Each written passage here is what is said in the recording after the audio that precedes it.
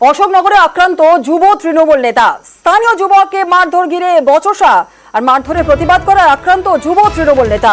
অশোকনগরের ঘটনা, অশোকনগরে আক্রান্ত হলেন যুব তৃণমূল নেতা। জিয়াউল আলম আমাদের সঙ্গে রয়েছে। জিয়াউল, তৃণমূল নেতার উপর কেন হামলা চালানো হলো, ঠিক কি অভিযোগ উঠেছিল? একদম দেখো, অশোকনগর 1 নম্বর ওয়ার্ডের যে যুব তৃণমূলের সভাপতি, তার উপরে হামলা অভিযোগ উঠছে ওই ওয়ার্ডের অর্থাৎ যে কাউন্সিলর জয়া দত্তর অনুগামীদের বিরুদ্ধেই। মূলত এই ঘটনা শুধু এই একেবারে যুব তৃণমূলের উপরে হামলা তা কিন্তু নয়, একাধিক মানুষের উপরে এক অধ্যাপিকাকেও হামলা করেছে সবাই জয়া দত্ত অনুগামীদের বিরুদ্ধে অভিযোগের তীর। ইতিমধ্যেই থানায় অভিযোগ দায়ের হয়েছে, কিন্তু এই ঘটনা একেবারে যেটা স্পষ্ট যে জয়া দত্ত যেটা স্পষ্ট দাবি যে কোন রকমের হামলা করা হয়নি, তিনি অন্য মানুষের দ্বারা আক্রান্ত হয়েছেন, তাকে তারা বাঁচতে গেছিলেন। আর যিনি যুব তৃণমূলের সভাপতি বলে দাবি করছেন তিনি যুব তৃণমূলের সভাপতিই না, ওখানে অন্য সভাপতি রয়েছে।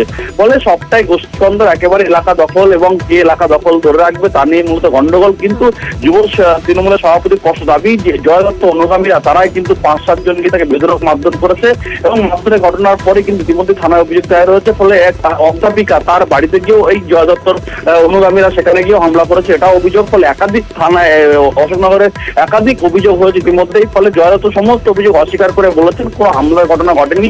যুব তৃণমূলের সভাপতি তিনি অন্য একটা হামলার শিকার হয়েছেন, তিনি সেখানে বাঁচিয়েছেন। ফলে জানি ইতিমধ্যেই এলাকায় একটা চাপ উত্তেজনা রয়েছে, ইতিমধ্যেই থানায় অভিযোগ দায়েরও হয়েছে। ধন্যবাদ জিয়াউল।